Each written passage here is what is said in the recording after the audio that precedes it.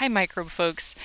This is our third day of fermentation. We introduced lactic acid fermentation of vegetables. We did a cabbage lactic acid fermentation, changing variables of whether oxygen was present or not present, or whether salt was added or not.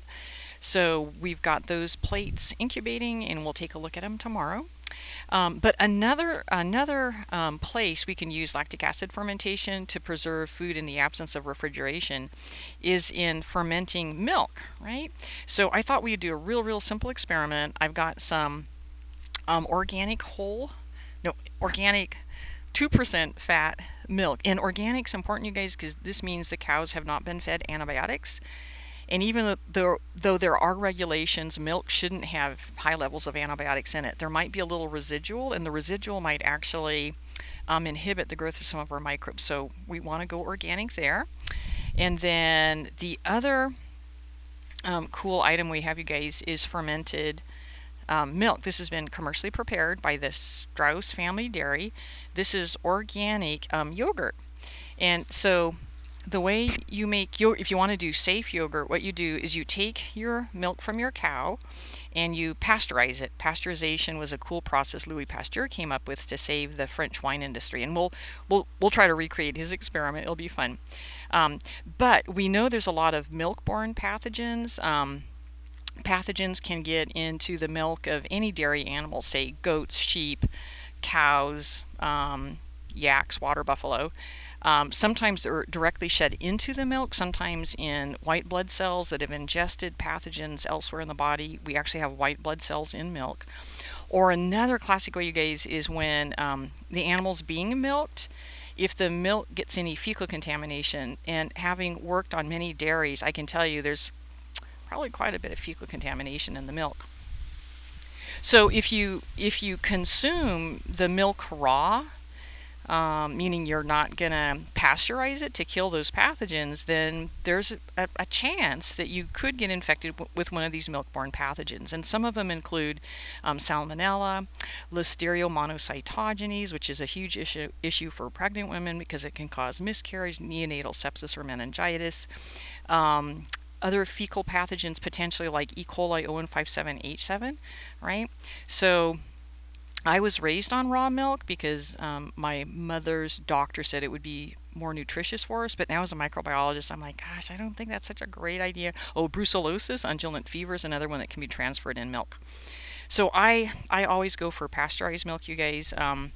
People worry that in heating the milk, maybe some of the nutrients are destroyed, but boy, I would rather have a minor decrease in nutrient value and not run the risk of contracting one of these horrible milk-borne diseases. And folks, this is really important if you're giving milk to babies, little children, older folks, anyone with any kind of lowered immune system, right? Because they're going to be really vulnerable to these milk-borne diseases. So you guys, I always go with pasteurized milk, right? Okay, and then you might ask, well, what about the yogurt? So the safe way to make yogurt, like how this company does it, is they take the milk, they pasteurize it, right, to kill any of the microbes, and then they inoculate it with, they inoculate the pasteurized milk with known cultures of what we call lactic acid bacteria, which we had mentioned already in the cabbage lactic acid experiment. And it's really fun, you guys, because when you buy live culture fermented dairy products, they should tell you, first of all, and I'm reading this off the label, so this contains live yogurt cultures, and what's cool is they should list the bacteria, and these are our wonderful lactic acid bacteria. Lactic acid bacteria, they can't carry out aerobic respiration, they're limited to fermentation, and specifically they do the lactic acid fermentation. So they're going to take the sugar in the milk, the lactose, and break it down and ferment it into lactic acid.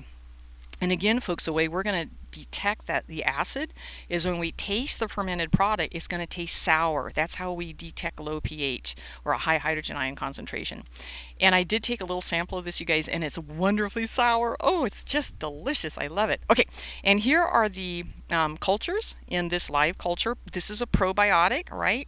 A product that contains living microbes that we consume, and we're hoping that they will benefit our health.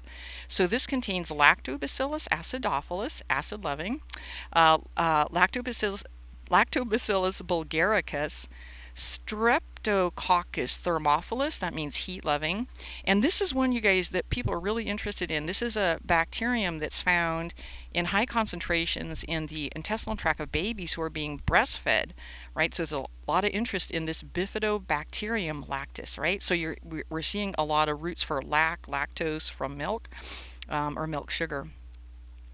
So folks, this is going to be my culture that I'm going to use to inoculate one sample of our milk. And because you guys trying to get the yogurt into these sterilized test tubes, I knew it would be a mess. So before I started the video, you guys, I just put maybe about a teaspoon of the live culture yogurt into this test tube.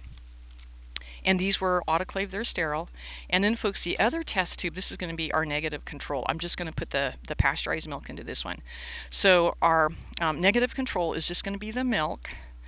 And then our experiment is we're going to add the milk to the yogurt. And what we're going to do, folks, we're going to pretend this is back in the old days when we didn't have refrigeration.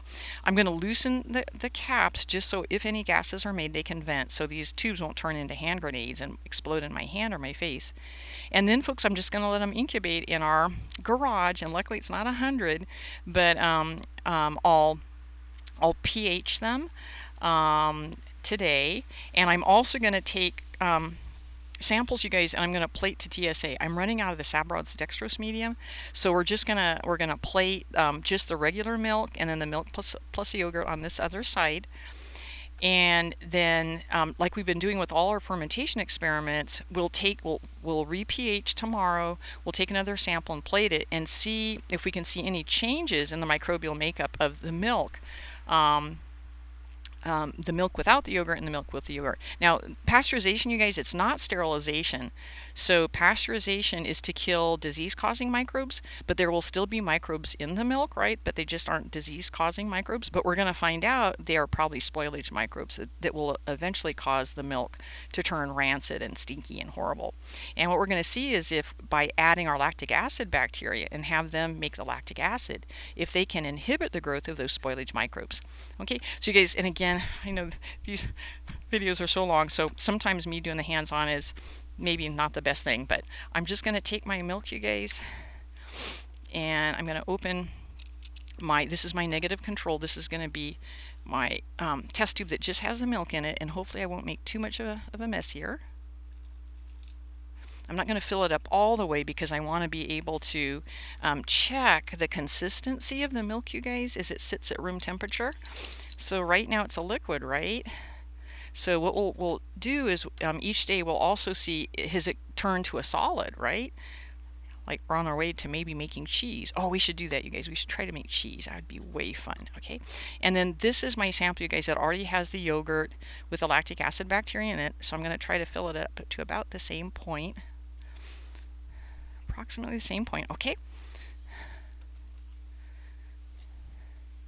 All right, and again, folks, what I'll do is I'll use sterile swabs, and I'll take a sample of just the plain milk and plate it to half of my TSA plate, and then I'll also take a second sample with a different swab with my mixture of milk and yogurt, right? And I'll transfer that to the other half of the TSA. We'll incubate them, and then the last thing I'll do, you guys, is I'll be taking the pH ahead of time. I took the pH of the yogurt itself, and the yogurt itself is already at pH 4. And I'm pretty sure, let me just do that right now, you guys. Let me just take the pH of the fresh milk. And I'm guessing it should be around pH 7. Right, so let's just do that rather unprofessionally here. Okay. All right, you guys, so, and again, I'm just getting used to doing these films, you guys, and sometimes I recognize my workspace is like down here outside of the screen, so I'll try to be more aware of that.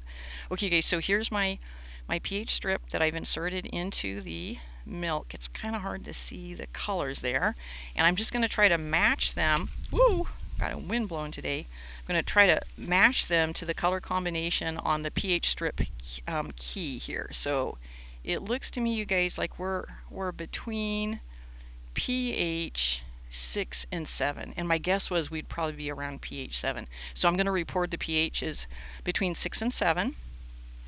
And then, folks, what I'll also do is I'll take the pH of the milk yogurt mixture right now, right? Because the yogurt was really acidic, the milk is less. So it'd be just, I'll make sure to take the pH also of the yogurt milk mixture. Okay, and then we'll plate both samples on TSA, and we'll look for colonies tomorrow. And then we'll be checking this every day, folks. So checking the consistency, the smell, the pH, and we will be culturing the microbes each day too. So I hope this will be kind of a cool, fun experiment. Okie dokie, guys. So my computer just locked me out. All right, you guys. So I think that'll probably be the videos for today. So we'll do follow-ups tomorrow. Okay, thanks a lot, you guys. Hope you have a great weekend.